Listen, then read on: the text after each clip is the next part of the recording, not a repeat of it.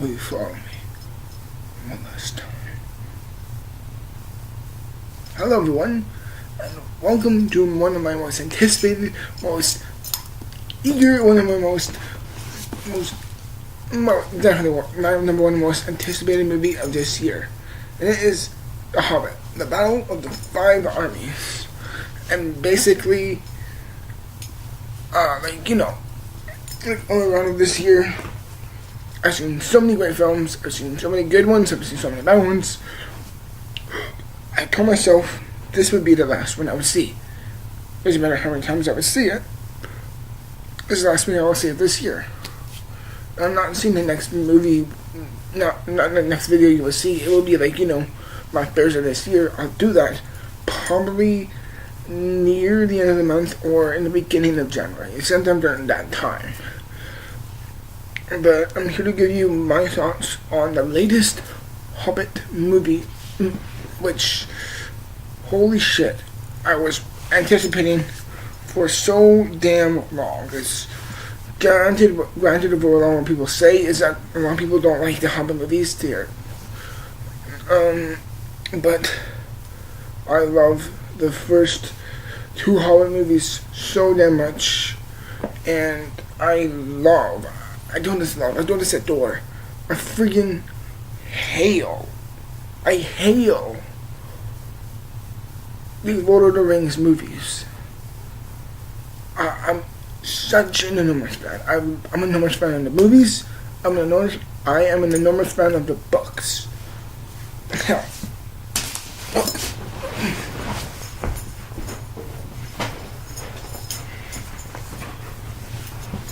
There's a reason why I own the friggin' bloody DVDs for nothing.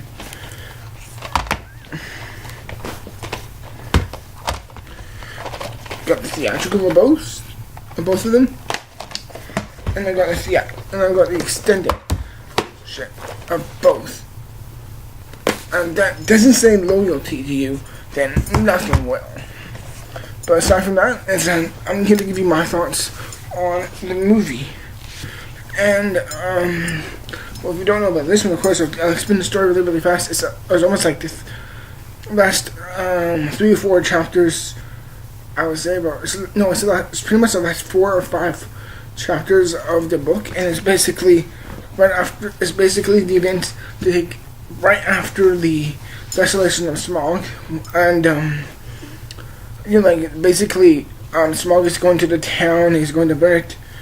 And after that, it's basically almost like Thorn and Bilbo and all the other companies of the dwarves have claimed Erebor, and basically it's almost like a real estate point. It's like, before they can get there, anyone else can get it, and it'll be theirs. And of course, they end up getting it. The dwarves and the Hobbit get it before any of the elves or the men or anyone else does.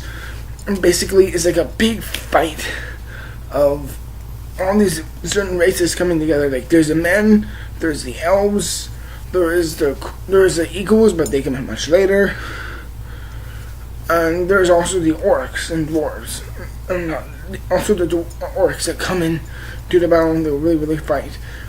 And that's basically the main story. And of course, with Smaug and Azog, basically the return, the also bit were true of the big annual return of Sauron the Great. And basically, I've got my own certain tunic on here, or it's a shirt just ripped, because I'm really just amped for this movie. And that's basically the story. And to say the least, this movie is fucking amazing. I love this film. I'm just gushing thinking about it. The acting, phenomenal. The storyboard, perfectly great. A lot of people complain that there wasn't enough story to this, but it's the last act within 3 movies. Do you really expect this one to have the most story? No, you don't. You expect the first one to have the most story, because that's where it establishes, and it all builds up to this point. So if anything, you can't blame the film for having such little story. It's building up towards this. What do you expect? A fucking Hamlet within this? No, it's a final installment of a trilogy. It's kind of guaranteed to have more of an aspect of more action than story. Harry Potter did that, Star Wars did that, Lord of the Rings did it, and it's happening in Hobbit. And you cannot blame the franchise for doing that. And a lot of people don't like the fact that this is a trilogy.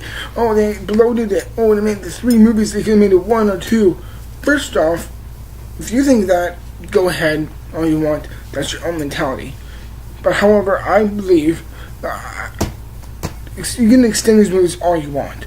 Because people complain about the aspect of these being put into 2 films is too absurd for me. It's like in my own mindset. I know you may think this or not, but in my own mindset, no. It needed to be in a true trilogy. Why? Because if you look back into the aspect of the original, like the Hobbit movie from the 1977, was that it? When that came out? When the Hobbit animated movie came out during the 70s or 80s, I think. When I saw the movie about 2 years ago, that was rushed. That was so forced and rushed. That one was rushed. When you compare these Hobbit movies into one full movie, it's gonna lack on certain details, and you need to get those details when those details are necessary. And despite what anyone else thinks, I think the aspect of taking these movies and growing development, and letting scenes play out, and all these sort of things getting extended and bloated. A lot of people complain about. I don't care. I want these to be a trilogy, and thank shit. I'm so thankful that they are a trilogy, despite what everyone else thinks of these as a trilogy or not. I personally want them as a trilogy, and the fact that they are a trilogy makes me even happier. I just want what's best for the production design team, the Peter Jackson, the mindset, and Tolkien, everyone. I'm not a Tolkien purist, okay? I'm not a Tolkien purist. But I believe the most important thing to get from a book to film adaptation is the tone and the feeling of it right. And I can sincerely say, without a shadow of a doubt, without any remorse, is that these films, and The Unexpected Journey, The Salacious Mog, and The Battle for 5 Armies, they always had that. They always had that feeling of just actually having the tone and the feel of it. And as long as you have the tone and the feel of it within the movies from the books, then you pretty much got it seamlessly. It doesn't matter about those tiny details. It doesn't matter about those big story arcs. What matters is as long as you get the tone and the feel of it. And these films had it. Okay, I'll fight my right to defend these films for having the feeling of Middle Earth. Within every horror film of these movies, the first and second and third, I can at least tell 4 moments within each movie that it really felt like a Middle Earth movie. That they were all really, truly connected. And I know book to film comparisons are inevitable, and I know Hobbit to Lord of the Rings comparisons are inevitable, but in the end, I don't care. Getting back in focus with the review is that the acting is phenomenal all around. Like, Luke Evans as Bard is excellent. Ian McKellen as Gandalf is phenomenal. You also get Christopher Lee in this film. You also get Hugo Weaving. You also get Cate Blanchett. They all are great. They all are wonderful. They give a fantastic job. Martin Freeman as Bilbo is fantastic. Richard Armitage as Thorn is phenomenal. And all these other side characters playing as these dwarves are all also great. And I can't fault anyone in the film for giving. There's like not a weak link within the acting department, and the all-in-line chemistry you've seen within the film is just amazing. I would definitely say the standout for me of the connecting characters is definitely Thorne and Bilbo together. Because whenever you see these two together, there's such a tension towards it. It's like you can see that line. It's like you can barely see the line between trust and losing all faith within each other. Because there's moments where Thorne and Bilbo will be like, they would share exchanges of dialogue, and they'd be like, it's like, do you trust me? Or there's moments of true intimacy and trust, and really, I would almost say, like, there's glimpses of both losing and gaining hope and faith within each other, and there's almost moments within doubt that they would have, like you would almost go to the point of questioning them, and that's perfectly fine, and that's perfectly natural, because it shows within any relationship there's moments of both doubt and faith within each other, and that's normal. Okay, that's normal, even though there's definitely going to be something wrong there, even though there is in this. So it seems a lot more relatable in that sense, and all the other connections come together in the film, like Legolas and Evangeline Lilly's character, who was also really, really great in the movie. Their interconnections were great. Tariel, of course, again played by Evangeline Lilly, is great. Within her connection with Keely, played by Aidan Turner, who's one of the dwarves, is also great. I love that romance. A lot of people don't like the romance, but I really do. I bought every second of them even when they weren't like a pure couple. The aspect of these two being together is just beautiful and awe-inspiring, of looking past the certain racial differences. It's just amazing to watch to me, and I really loved it, and I really had no doubt that they could be together, even though not to spoil anything. I am going to make it a spoiler-free. This is a spoiler-free video, but I'll make a video with spoilers in them. Excuse me. And also, the use of practical and CGI effects, in my view, are really, really great, too.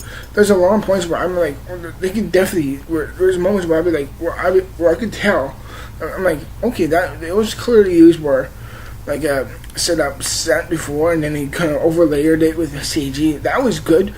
And the CG hit ratio, I would say, is at least 77% good, 23% bad. Like, there's definitely moments, don't get me wrong, there's definitely some moments when there really was not great CG, and I could definitely tell where the fine line was between practical uses and CG uses. Yes, I could tell. If anything, the films are both consistent and inconsistent with the effects. Like, within every movie, there's moments where you're like, wow, that's beautiful effects. And then there's moments where there's like, oh, that's not so great. I like, even though that's not great, it still kind of balances them out. And the use of story in this is really, really good. A lot of people complain there's not much story. Like I said before, don't need to go much into detail about it. And also I love the points where there's moments where you see these characters not so straight faced. They would have like some really fun moments. Like, there's a scene near the end with Bilbo, who's just sitting kind of like this, and then Gandalf comes along next to him and just pulls out a pipe. It's just like trying to get light. He's trying to light it or trying to put some ash into the pipe. It's just like, damn it, thing, get in. And it's just, even though at first I thought it was kind of forced, it kind of fell into the line of it being kind of charming. I thought that was generally charming and charmingly funny, and I really enjoyed it. Another great aspect about this film is the deaths. I'm not going to say who, because that's for a simple video. Like I said, I will make a spoiler-filled video, but when these deaths do happen, my God, do they have an effect. Like, when they happen, it's like, whoa. If you read the book, you can tell which characters are going to die. Like I said before, I'm not going to spoil them, but whenever certain characters do die, holy shit, you really feel them, and it leaves an impact. And a lot of people say, Tariel's character, played by Evangeline Lilly, is totally pointless and unnecessary. Well, I'm going to follow Jeremy John's logic on this. If it's awesome, if it's badass, and if it's memorable, then enjoy it. And I sincerely did. I thought she was badass. I thought she was cool, and I thought she really added a female aspect to the film. And I totally understand why they did put her in these movies. It's like, if they didn't, it'd been way too male dominated. It's like, you gotta even it out, and I understand the POV of that. And also, I can, through all these movies, through all of these, I can still see a genius, Peter Jackson, behind the camera, just trying to represent a dead man's work that he put his life into, and his heart and compassion into. And Peter Jackson is just trying his absolute best while both being respectful and faithful to the main source material, and while adding new and improved stuff.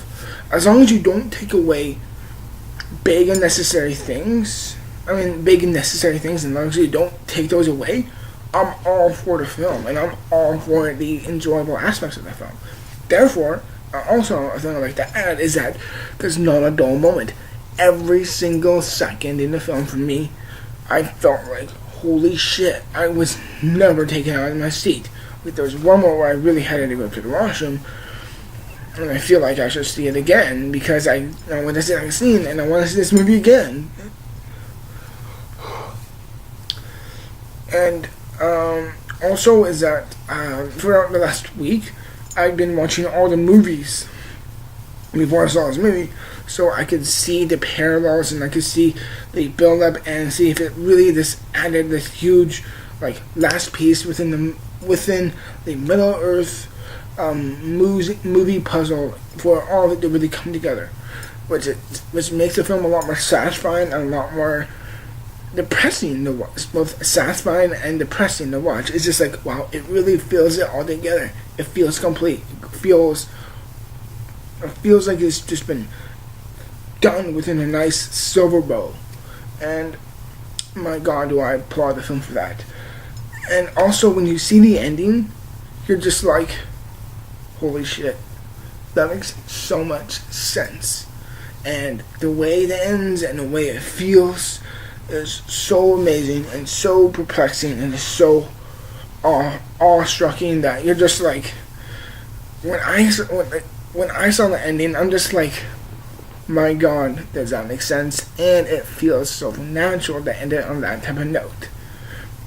Granted, I could think in my mind, I'm like, oh, when I was watching the film, I'm just like, near the end, I'm just like, I wonder how the film's gonna end. And granted, my mind was speculating a lot of certain things. And granted, I would like to see, if I was at the helm of this film, I would have chose something different. But the way they chose to end it on a certain type of note, I can't change it. Well, honestly, I can't change it, but the way they did end it on a certain type of note, I wouldn't change it a bit. It's like, now, okay, I love it. I love that way it ended and synced all together. And also, I forgot another character, Benedict Cumberbatch as Smaug, and Benedict Cumberbatch did do the overall physique when you see the images of Sauron returning. By the way, that's no big spoiler. If you even read the book and you've seen this movie, you're just like, yeah, there's certain build up of this supposed villain coming back. It's like, yeah, we all know who that is, and there's no hiding it. We know it's Sauron. But my God, dude, I just love this film, and there was never a dull moment, and I just loved everything about it. The story, the characters, the development, the arcs they go through, the motivations behind the story, and all these certain things going into this. I really love, I really admire, and I really respect the film for doing that. My only big, I wouldn't say it's a big, but I would say it's a kind of like a necessary grab I have with the film, is probably the effects. And they, like how I said, they're not like better or worse than the others, but it's like on the same ratio as the others, where there's like some great moments with the CG, but then there's some downfalls with the CG, and that is for me at least my biggest complaint. But in the end, for me, that's still like not saying a lot.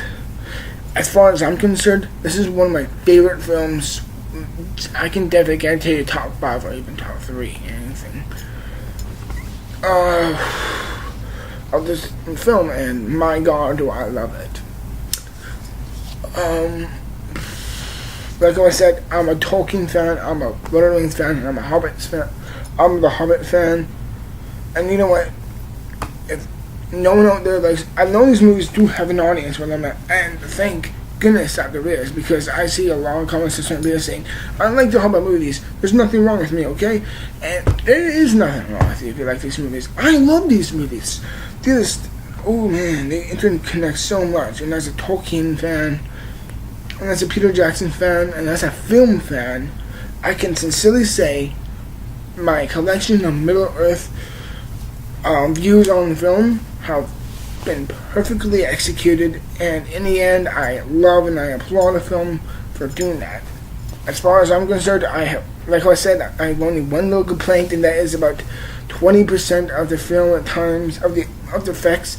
It's like 1 in 4 chances of the effects was kind of distracting at times, and there's so much where I'm like, it could be a little obvious. But aside from that little nitpick of it, I fucking love this film. I dropped the F-bomb. That's how much I love it. I love it. I love it. I love it. Thank you for watching my review of The Hobbit, The Battle of the Five Armies, everyone. I hope you really enjoyed it. And my review and my spoiler video of this will be made and uploaded very, very soon, everyone. I really hope you enjoyed this. And in the end, thank you for watching, and I will see you with the next video, which will be my spoiler-filled video. Oh wait, my rating. Well, I will sincerely draw my sword of the dwarves,